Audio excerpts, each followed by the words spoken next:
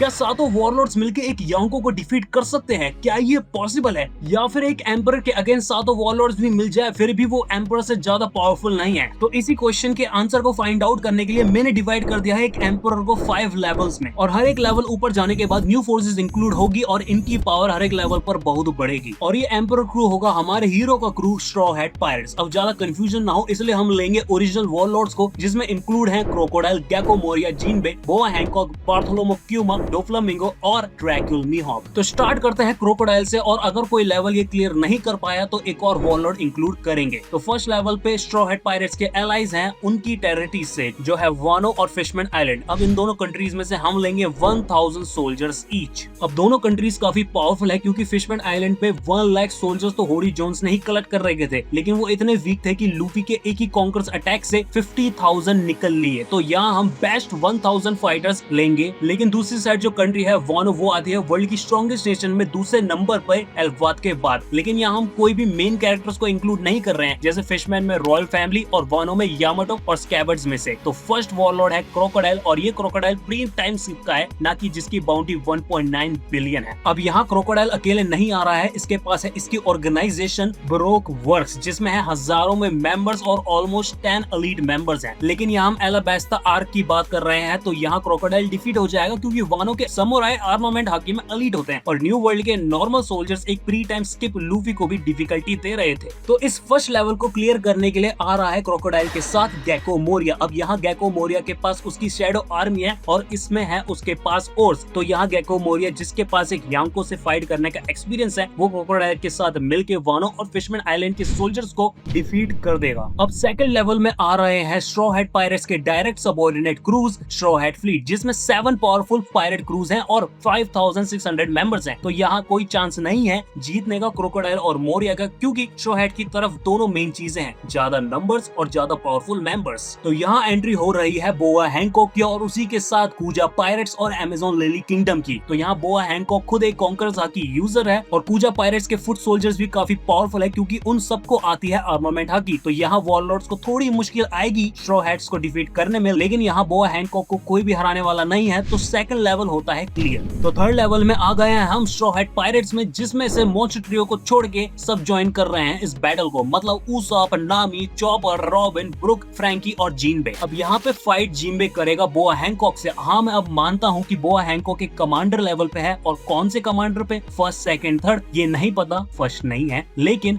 जिनबे के अगेंस्ट में उसको इसलिए खड़ा कर रहा हूँ क्योंकि मैं उन दोनों को सेम लेवल पे मानता हूँ। हालांकि बोआ हैंकॉक ज्यादा पावरफुल हो सकती है, तो इसलिए कोई प्रॉब्लम ना हो, इसलिए मैं नामी को भी ऐड कर रहा हूँ हैंकॉक के अगेंस्ट। और इस लेवल पे बाकी के स्ट्रॉ हैट्स के साथ वॉरलॉर्ड्स की तो वाट लगने वाली है। तो फोर्थ वॉरलॉर्ड पे जाएं उससे पहले तुम इस चैनल को सब्सक्राइब कर दो और पहुंचा दो 10K सब्सक्राइबर्स पे। और आपको मेरी वीडियो कुछ ज्यादा ही अच्छी लगती है तो इस चैनल के आप मेंबर्स भी बन सकते हो। और फोर्थ वॉरलॉर्ड इंक्लूड हो रहा है जिनबे। ओ भाई, यहाँ तो 2 जिनबे हो गए, ठीक है। तो स्ट्रॉ हैट का जिनबे है जिनबे द गुड, और वॉरलॉर्ड का जिनबे द बैड। बट तुम्हें लग रहा होगा कि यहाँ तो वॉरलॉर्ड जीत गया, लेकिन ये नहीं है। अभी भी स्ट्रॉ हैट्स ज्यादा पावरफुल हैं, क्योंकि बोआ हैंकॉक को तो रॉबिन, फ्रैंकी और ब्रूकी हैंडल कर लेंगे, और वॉरलॉर्ड जिनबे और स्ट्रॉ हैट जिनबे में दोनों की पावर सेम नहीं है, क्योंकि स्ट्रॉ हैट जिनबे इजीली ज्यादा पावरफुल है वॉरलॉर्ड जिनबे से, क्योंकि स्ट्रॉ हैट्स में जो भी आता है वो हर आर्क में ज्यादा पावरफुल हो जाता है। वॉरलॉर्ड जिनबे तो उस एज से हार गया था जिसने व्हाइट बियर्ड को भी ज्वाइन नहीं किया था। तो यहाँ वॉरलॉर्ड्स को चाहिए एक पावर हाउस जो इजीली एक यांको के सेकंड या फर्स्ट कमांडर के लेवल का हो। तो इसलिए फिफ्थ मेंबर है वॉरलॉर्ड्स से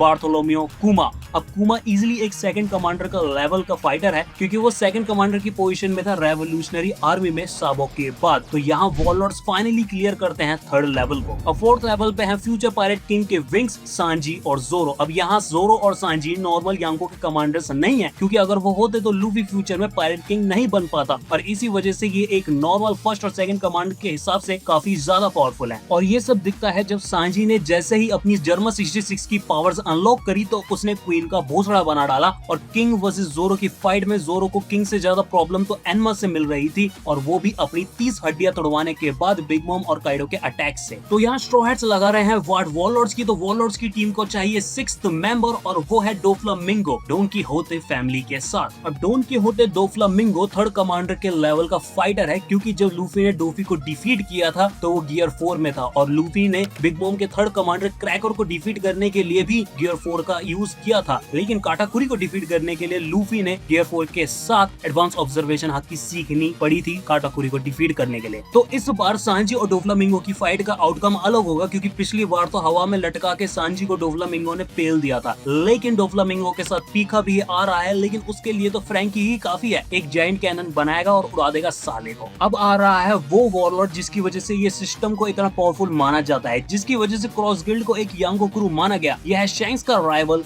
ड्रैक्यूल मीहॉक। अब मीहॉक एक यांको है जिसका कोई यांको क्रू नहीं है, तो यहाँ इजिली वॉरलॉर्ड्स क्लियर कर रहे हैं लेवल 4 को। मतलब साला मीहॉक अकेले ही सांजी और जोरो को डिफीट कर रहा है। तो यहाँ फाइनली हम पहुंच गए हैं लेवल 5 पे। तो यहाँ वॉरलॉर्ड्स को हराने के लिए इन सबको हराना पड़ेगा। 1000 फुट सोल्जर्स ईच वानो और फिशमैन आइलैंड से, फिर स्ट्रॉ हेड ग्रैंड फ्लीट जिसमें है 5600 मेंबर्स, जिसमें काफी एलीट फाइटर्स हैं, और लास्ट में है मेन स्ट्रॉ हेड पायरेट जिसमें है जोरो और सांजी के साथ मंकी, बिग डी, लूफी। अब लूफी की पावर रिडिकुलस है क्योंकि इससे आती है हर टाइप की हाकी एडवांस वर्जन में। आर्मामेंट ले लो, ऑब्जर्वेशन ले लो या कॉन्कर्स हाकी ले लो। और लूफी की devil fruit power devil fruits में नंबर 1 पे आती है पावर्स में। और अगर तुम्हें जानना है कि टॉप 15 पावरफुल डेविल फ्रूट्स कौन से हैं, तो इस वीडियो पे क्लिक करके देखो। लेकिन इस वीडियो के बाद अब मैं लूफी को ज्यादा पावरफुल मानता हूँ मीहॉक से, क्योंकि अगर मीहॉक के पास हर टाइप की हाकी है एडवांस एप्लीकेशन के साथ, तब भी लूफी के पास डेविल फ्रूट का एडवांटेज है। लेकिन सम्राट लूफी को तो डिसएडवांटेज है ना ब्लेड के साथ। अगर तुम में से ही किसी ने क्वेश्चन पूछा तो उसका आंसर है नहीं, क्योंकि ब्लेड का असर लूफी पे उतना ही पड़ता है जैसे किसी और को पड़े, जैसे शैंक्स। क्योंकि लूफी की रबर पावर उसे शार्प अटैक्स से वीक नहीं बनाती, शार्प अटैक्स के अलावा बाकी सब अटैक्स से ज्यादा अच्छा डिफेंस बनाती है। वेल, उसमें हाकी अटैक्स भी ऐड कर लो। तो यहाँ अगर हम मीहॉक और लूफी को इक्वल माने तो फिर भी स्ट्रॉ हेड जीत रहे हैं, क्योंकि अगर लूफी और मीहॉक को हटा दे और सिर्फ मेन स्ट्रॉ हेड क्रू